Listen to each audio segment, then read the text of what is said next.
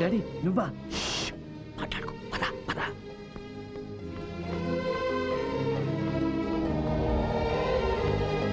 ఏం డాడీ ఈ టైంలో వచ్చావు? Many happy returns of the day my son. Thank you daddy.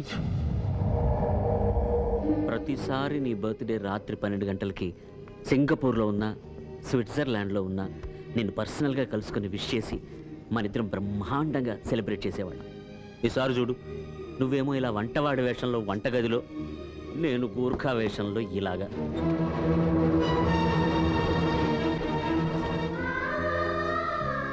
Cake వచ్చానా? Happy birthday to you, happy birthday to you, happy birthday my dear son, happy birthday to you. బయట నీ ప్రేమ వ్యవహారం ఎంతవరకు వచ్చింది? నా ప్రేమకేం డాడ్, 3 కిస్సులు 6 హగ్గుల్లా నడిచిపోతుంది. కాకపోతే చిన్న పాపతే న్యూసెన్స్ గా ఉంది. ఏముంటుంది? మా రొమాన్స్ కన్నా దాని వైలెన్స్ ఎక్కువైపోతుంది.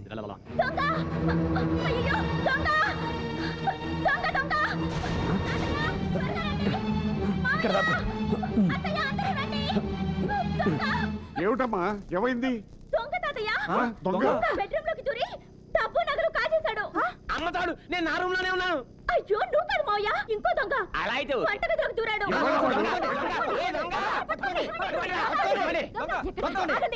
అందరు పట్టుకొని నన్ను అరెస్ట్ ఎవరు వెళ్ళి పట్టుకుంటారు? మేము అరుస్తాం, మీరు వెళ్ళి పట్టుకోండి. అమ్మో, వాడి దగ్గర కత్తో రివాల్వర్ ఉంటే అందుకేగా మిమ్మల్ని వెళ్ళమంటుంది.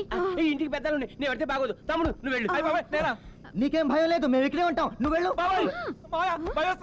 వీళ్ళు లాభం లేదు, ఎవరైనా మగాడు పిలవండి. ఎవరో ఎందుకమ్మా, లోపల భీవుడు ఉన్నాడుగా. ఒరేయ్ భీవుడు, భీముడు,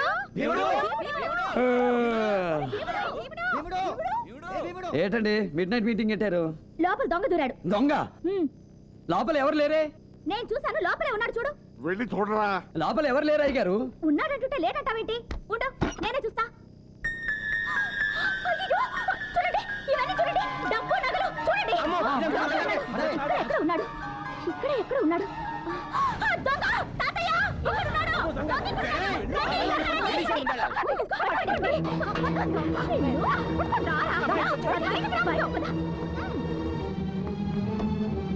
సిగ్గుపడుతున్నావేంటి? మిమ్మల్ని ఆడాలనుకుంటాడేమో. నువ్వా? నువ్వు భీముడు బాబాయ్ కదా? ఓరి దొంగ బాబాయ్, నువ్వు గూర్ఖా జాతికి అవమానం తెచ్చావు కదరా. వాడితో మాటలేంటి? 2 తగిలించక. ఏమిటా నీ పొగరు? ఆ దొంగ వేసి ఏదో తప్పు చేస్తే నా మనోరాలు కొడతావా? ఆయన దొంగ కాదు, మా నాన్న. వద్ది నాన్న, దొంగ నాన్న. అరే ఎస్వీఆర్ గారు అంటే ఈ భీముడు ఈ ఇంటి అల్లుడవుదామని వంటవాడిగా వచ్చిన మురళీ మనోహర్. మీ తండ్రి కొడుకులిద్దరు దొంగల నా ఇంట్లో చేరి నన్నే మోసం చేస్తారా? మిమ్మల్ని బతకలే. ఆగండి, నా తండ్రి మీద దెబ్బ పడిందో నరికి పారేస్తాను.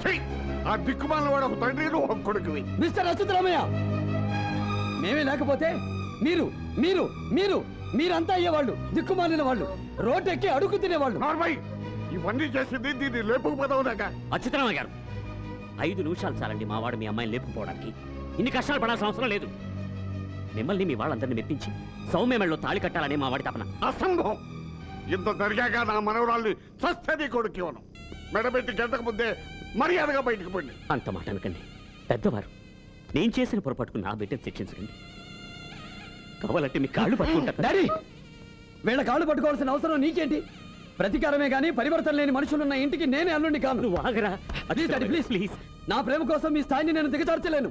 రండి ప్లీజ్ ఆగరా. ఇంత చేసినా మిమ్మల్ని క్షమించి వెళ్ళిపోతున్నాను. ఎందుకో తెలుసా? నా తండ్రి నేర్పిన సంస్కారం అదే మిమ్మల్ని కాపాడింది. పాపిస్తాను, ఇదంతా నీ వల్ల వచ్చిందే. చివరకు ఉంచుకున్న దాన్ని పెట్టమని నిరూపించుకున్నా. నువ్వు ఒక్కడివే ఆ మాట అనలేదనుకున్నాను. సంతోషం, ఆ ముచ్చట కూడా తీరిపోయింది. నార్మల్ సొంత బిడ్డ కంటే ఎక్కువగా చూసుకుంటే వాడిని ఇంట్లో పెట్టి మోసం చేసింది కాకుండా. అవును, నేను మోసం చేశాను. అతని ఇంట్లో పెట్టి మీకు చెప్పకపోవడం మోసమే. కానీ అంతకన్నా పెద్ద ద్రోహం ఏంటో తెలుసా? నువ్వు పెళ్లి ఒప్పుకోపోతే నేను నీకు చెప్పా పెట్టకుండా అతని దగ్గరికి వెళ్ళిపోయాను. కాదు, లేచిపోయాను. కానీ మురళి నిజంగా మనసున్నవాడు, సంస్కారవంతుడు కాబట్టి నీ పర్మిషన్ తీసుకున్నాకే పెళ్లి చేసుకుంటానని నచ్చ చెప్పి నన్ను వెనక్కి పంపాడు. తెలియక తండ్రి చేసిన తప్పుకి ప్రాయశ్చిత్తంగా అంత కోటీశ్వరుడికి వారసుడై ఉండి కూడా మన ఇంటి వంట వాడే అందరికీ వండి పెట్టి మావయ్యల కష్టాలు తీర్చాడు. అత్తయ్యల్ని ఒకటి చేశాడు, చివరికి నీ కాళ్ళు పట్టాడు. అవును మావయ్య, అతని ఇంట్లోకి దొంగలా ప్రవేశించాడేమో కానీ ఇంట్లో ఉన్న అసలు దొంగలైన మాలాంటి వాళ్ళని మనుషులుగా మార్చాడు. మాలాంటి బుక్క వెధవల్ని పక్కగా తయారు చేసి మా కాపురాలనే కాదు మా వ్యాపారాలు కూడా సరిదిద్దాడు మావయ్య. అల్లుళ్ళైన పాపానికి మేము చేసిన తప్పులన్నింటినీ మీరు భరించారు, కానీ అతన్ని దూరం చేసుకుని మీరు చేస్తున్న ఘోరమైన తప్పు మాత్రం మేము భరించాం. ఇక మీదట సౌమ్యని మేము వేషించం బాధ పెట్టం నాన్న. మేం మనస్ఫూర్తిగా కోరుకుంటున్నాం, సౌమ్యని మురళికిచ్చి పెళ్లి చేయండి నాన్న.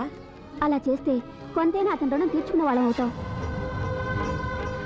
నాకు తల్లైనా తండ్రైనా నువ్వే. నీ మనసుని ఎప్పుడూ కష్టపెట్టను, కానీ ఒకటి మాత్రం నిజం, నాకు పెళ్ళంటూ జరిగితే అతనితోనే, లేదంటే జీవితాంతాన్ని మనవరాలిగా ఇలా కన్యగానే ఉండిపోతాను. ఆయన చేయకపోతే ఏమిటమ్మా, నీ పెళ్లి మేం చేస్తాం. అవును, ఏ ముహూర్తంలో వచ్చిందో మాకు ఒక మంచి ఆలోచన వచ్చింది. ఆ ఎస్వీఆర్ కాళ్ళ మీద పడి అబ్బాయి కాలు కడుగుదాం పదండి. రామ్మ పదండి. ఆగండి. ఆగండి, సిగ్గు లేకుండా ఎందుకు వచ్చారు ఇక్కడికి?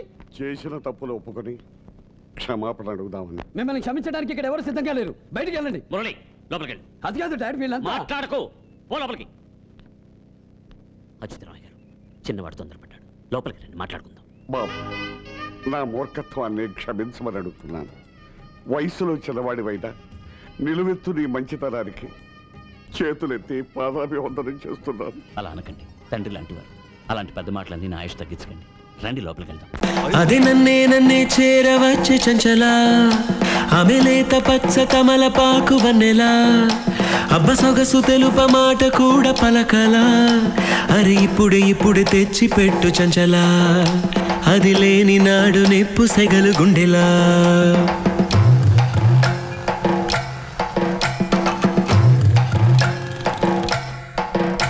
అది నన్నే చేరవచ్చే చంచలా, ఆమె లేత